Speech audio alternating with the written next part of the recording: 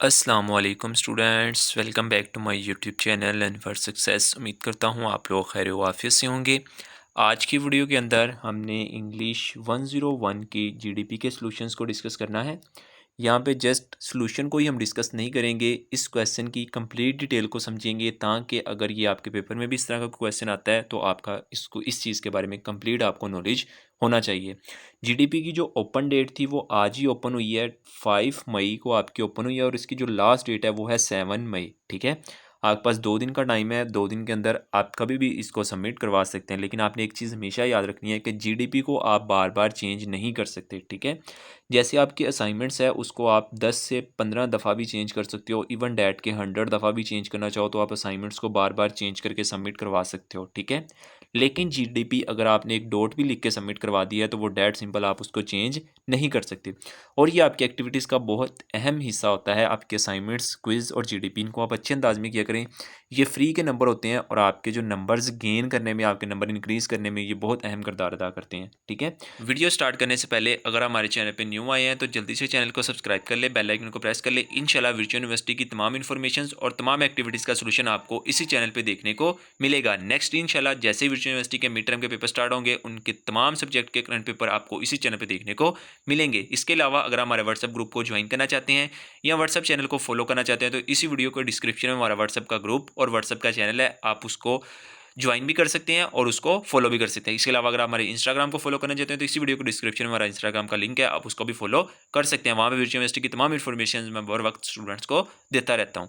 हमारी जीडीपी का जो हमारे टीचर्स ने क्वेश्चन दिया है वो ये वाला क्वेश्चन है, इसको हम डिस्कस करते हैं।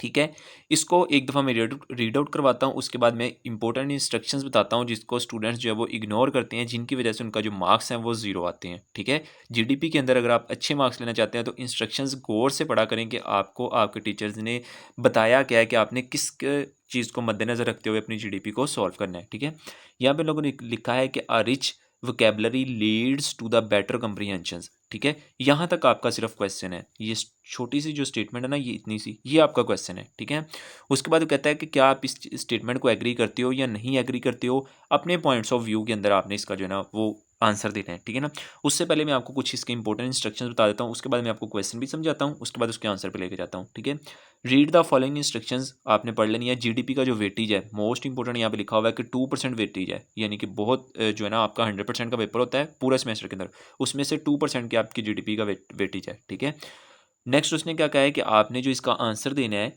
ठीक है, इसको हम डिस्कस करते हैं। Your comment should be clear, concise and relevant to the topic. आपका रेलिवेंट टॉपिक होना चाहिए, इनरेलिवेंट चीज़ इसके अंदर नहीं होनी चाहिए। ठीक है, मैं जब आपको क्वेश्चन बताऊंगा आपको खुद को अंदाजा हो जाएगा कि आपने अपनी वर्डिंग के अंदर इसका आंसर किस तरह लिखना है। ठीक है, नेक्स्ट उसने क्या यहाँ पे लिखा है कि create your original ideas written in is correct English in the high appropriated. ठीक है ना, आपने इंग्लिश में सारा जो है ना वो आंसर देना है। और लास्ट उसने यहाँ पे कुछ जो इंपॉर्टेंट चीज़ यहाँ पे पढ़ने वाली है वो ये है कि आपने एक चीज़ को एग्री करना है। ये नहीं कहना कि आप, यहाँ पे उसने लिखा हुआ है कि do not post your comment twice, यानी कि आपने एग्री और डिसएग्री दोनों को डिस्कस नहीं करना। अगर आप इस लाइन से एग्री करते हो तो आपने एग्री के बारे में सारी चीज़ें बतानी है। अगर आप इस चीज़ से एग्री नहीं करते तो आपने जो है ना वो इसको डिसएग्री के हवाले से अपना जो सारा एक्सप्लेन करना है। ठीक है ना, उसने लिखा हुआ है कि दो no mark will be aware to the plagiarism. ठीक है ना, अगर पेलोरिज्म होंगे, आपने चैट जीपीटी से लिया होगा या कहीं से हेल्प लिया होगा, अदर स्टूडेंट्स का कॉपी पेस्ट किया होगा, तो उसका आपको जो आंसर है वो जीरो मिलेगा। ठीक है, तो यहाँ पे मैं आपको क्वेश्चन समझाता हूँ, बिल्कुल सिंपल सा क्वेश्चन है, आप इसको अपनी वर्डिंग में भी सॉल्व कर सकते हैं। यहाँ पे हमारे पास क्वेश्चन क्या है कि high a rich vocabulary lead to the better comprehension. यहाँ पे दो वर्ड यूज हो रहे हैं आपके पास, यहाँ पे इसको मैं अंडरलाइन कर दूँ। एक हो रहा है रिच वोकेबलरी, ठीक है, ये यूज़ हो रहा है। दूसरा आपके पास वर्ड यहाँ पे यूज़ हो रहा है बेटर कंप्रीहेंशन। रिच वोकेबलरी का मतलब होता है कि बातों का ज़रखीरा, ठीक है ना, ज़्यादा सारे अल्फाज होना। जैसे आप फॉर एग्जांपल किसी को मोटिवेशन करते हैं ना, जो मोटिवेट करता है, उसके पास इतनी ज़्यादा बातें होती हैं कि वो आपको अपनी बातों की लपेट में ले आता है। ठीक है ना, आपको मोटिवेट इस तरह करता है। ठीक है ना, बेटर कंप्रीहेंशन, दूसरे बेटर कंप्रीहेंशन का मतलब ये होता है कि जब कोई आपके साथ बातचीत कर रहा है, आप फ़ौरन उसकी बातचीत को पिक कर लो। जैसे फॉर एग्जांपल मैं आपको समझाने लगा हूँ, ठीक है ना, क्वेश्चन मैंने समझाना स्टार्ट किया है, आप इस क्वेश्चन को फ़ौरन समझना स्टार्ट कर लो। जैसे जैसे मैं बोलता जा रहा हूँ फ़ौरन आप अपने माइंड में जो है ना इसको सेव करते जाओ कि आप बात करने का मकसद समझ लो। फॉर एग्जांपल दो लोग गुफ्तगू कर रहे हैं ना, जो फर्स्ट आपके साथ गुफ्तगू कर रहा है, आप फ़ौरन उसकी बात जो है ना वो समझ लो। ठीक है ना, उसको हम कहते हैं बेटर कंप्रीहेंशन, कि फ़ौरन उसकी बात को पिक कर लेना और फ़ौरन समझ लेना कि ये कहना क्या चाह रहा है इस बात के बारे में। ठीक है ना, ये होता है बेटर कंप्रीहेंशन। रिच वोकैबुलरी का मतलब ये होता है कि जो बातों का ज़ख़ीरा, यानी कि जो मैं बातचीत कर रहा हूँ, बोलते जाना, अल्फ़ाज़ आपके पास ख़त्म ही ना हो, ठीक है ना? जैसे किसी को मोटिवेशन करना, ठीक है ना? इस तरह। वो कहता है कि क्या जो है आपके पास rich vocabulary lead to the better comprehension, यानी कि जिसके पास ज़्यादा बातों का ज़ख़ीरा होता है, वो बात उसके पास ये भी नॉलेज होता है कि वो आगे वाले बंदे की बात को जल्दी पिक कर लेता है। क्या ऐसा होता है या कोई और भी इसकी रीज़न हो सकती है? आप इस बात से क्या एग्री करते हैं या डिसएग्री करते हैं? आपने इस चीज़ को एक्सप्लेन करना है। आपका क्वेश्चन जो था, अब यहाँ पे मैं आपको सिंपल वे में इस लाइन का मीनिंग बता देता हूँ। वो कहते हैं कि rich vocabulary lead to better comprehension, यानी कि जिसके पास बातों का ज़्यादा सारा ज़ख़ीरा होता है, उसके पास ये भी कैपेसिटी होती है कि वो दूसरे की बात को जल्दी पिक कर सकता है, ठीक है ना? इस चीज़ को आपने एक्सप्लेन करना है। यहाँ पे वो उसने क्या लिखा हुआ है कि आप इस चीज़ से क्या डू यू एग्री या डिसएग्री, क्या आप एग्री करते हो या नहीं एग्री करते हो? स्टेटमेंट जो दी हुई है, right your oven view of the topic, your comment should B, आपका जो कमेंट है वो 200 से 250 वर्ड्स के दरमियान होना चाहिए, इससे ज़्यादा नहीं होना चाहिए, ना इससे कम होना चाहिए। तो मैं आपको रिकमेंड करता हूँ, अगर आपके 300 वर्ड्स भी चले जाते हैं तो नो इश्यू, अगर आप एक ऑथेंटिक आंसर दे रहे हैं, ठीक है? 10-15 लफ्ज़ या 50 का कोई फ़र्क नहीं होता। ज़्यादा से ज़्यादा आपने कम अज़ कम 200 लिखने हैं, ज़्यादा से ज़्यादा आप 300 को भी टच कर सकते हैं, अगर आपका एक बहुत ऑथेंटिक आंसर है, ठीक है ना? आपको फिर भी फुल मार्क्स मिल सकते हैं। लेकिन आपने किसी की कॉपी पेस्ट नहीं करनी। हर किसी ने अपने माइंड से सोचना है, क्या वो इस चीज़ को एग्री करता है? अगर एग्री करता है तो उसने उसके मुताबिक एक्सप्लेन करना है, जो एग्री नहीं करता वो उसने उसके मुताबिक जो है ना वो एक्सप्लेनेशन देनी है, ठीक है?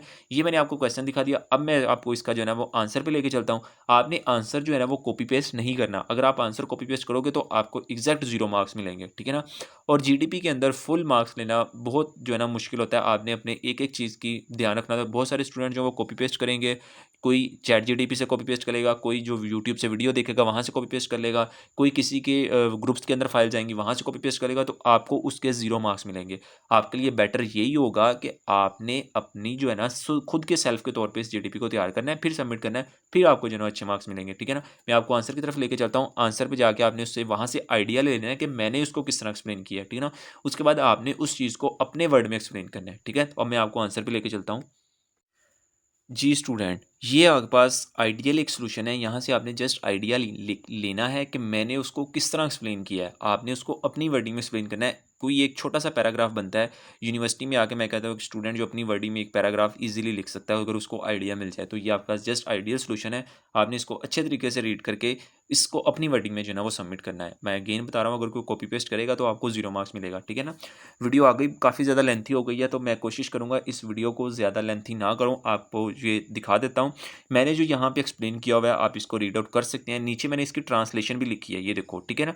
जीडीपी में बहुत सारे स्टूडेंट जो होते हैं ना, अक्सर मैं जो जीडीपी या असाइनमेंट्स वगैरह देता हूँ ना, उसके अंदर मैं इसकी ट्रांसलेशन भी लिख देता हूँ ताकि स्टूडेंट्स को समझ आ सके। तो स्टूडेंट्स पूछते हैं कि क्या जीडीपी के अंदर इसकी ट्रांसलेशन भी लिखनी होती है? क्या इसकी जो तर्जमा होता है वो भी लिखना होता है? तो ऐसा हरगिज़ नहीं होता। ये सिर्फ़ आपके समझाने के लिए यहाँ पे राइट डाउन की होती है, ताकि आपको समझ आ जाए कि इस इंग्लिश में लिखा क्या हुआ है, ठीक है ना? बहुत सारे स्टूडेंट्स इंग्लिश के अंदर वीक होते हैं, उनको सेंटेंस की समझ नहीं आती, ठीक है ना? तो उनके लिए आसानी के लिए इंग्लिश की ट्रांसलेशन में लिख देता हूँ कि हमने जो चीज़ इसके अंदर एक्सप्लेन की हुई है, वो उर्दू में रीड आउट करके उनको पता चल जाए कि इसके अंदर हमने एक्सप्लेन क्या किया हुआ है, ठीक है ना? तो ये आप देख सकते हैं, इसको हम रीड आउट, मैं जस्ट रीड भी नहीं करूँगा, आपको यहाँ पे दिखा देता हूँ। ये आइडियल सॉल्यूशन है, आपने स्क्रीनशॉट लेके या वैसे ही रीड आउट कर लेना है वीडियो को रोक के, ठीक है? ताकि आपको पता चले, क्योंकि वीडियो काफ़ी ज़्यादा पहले ही लेंथी हो गई है, तो वीडियो ज़्यादा लेंथी हो तो स्टूडेंट जो है ना उसको वॉच नहीं करते, ठीक है? तो यहाँ से आपको मैंने क्वेश्चन समझा दिया, आपको आइडिया हो गया होगा कि इसके अंदर क्या चीज़ एक्सप्लेन की हुई है। आप जस्ट इसको रीड आउट करेंगे तो आपका कंसेप्ट क्लियर हो जाएंगे, ठीक है? ये हमारा फर्स्ट पैराग्राफ है, इसको आप रीड आउट कर सकते हैं, ठीक है? ये हमारे पास फर्स्ट पैराग्राफ आ गया, ठीक है? ये सेकंड, आप इसको पैराग्राफ की शक्ल में भी लिख सकते हो, ठीक है? और एक सिंपल सीक्वेंस में भी लिख सकते हो, एक ही पैराग्राफ के अंदर ही सारी चीज़ों को एक्सप्लेन कर सकते हो। मैंने 200 वर्ड्स के अंदर 2 से 250 के वर्ड के दरमियान मैंने ये जो है कंप्लीट पैराग्राफ कर लिया है। ये आप इसकी उर्दू की जो ट्रांसलेशन है वो भी आप देख सकते हैं। फर्स्ट पैरे की जो ट्रांसलेशन है वो यहाँ पे गिवन दी हुई है, ठीक है ना? इसको आप रीड आउट कर सकते हैं कि मैंने इसको कहा है कि मैं इस बयान से इत्तेफाक करता हूँ, मैंने एग्री किया है और मैंने इसकी जो ट्रांसलेशन है वो यहाँ पे आपको दिखा दी। आप यहाँ से रीड आउट कर सकते हैं, आप अपनी वर्डिंग में जो है ना इसको कर सकते हैं। लेकिन एक बात ख्याल रखनी है कि कॉपी पेस्ट नहीं होना चाहिए, ठीक है? तो वीडियो कैसी लगी है आपने कमेंट करके ज़रूर बताना है, और जाते-जाते चैनल को सब्सक्राइब कर लेना है, बेल आइकन को प्रेस कर लेना है। इंशाल्लाह वीडियो यूनिवर्सिटी की तमाम अपडेट्स आपको इसी चैनल पे देखने को मिलेंगी।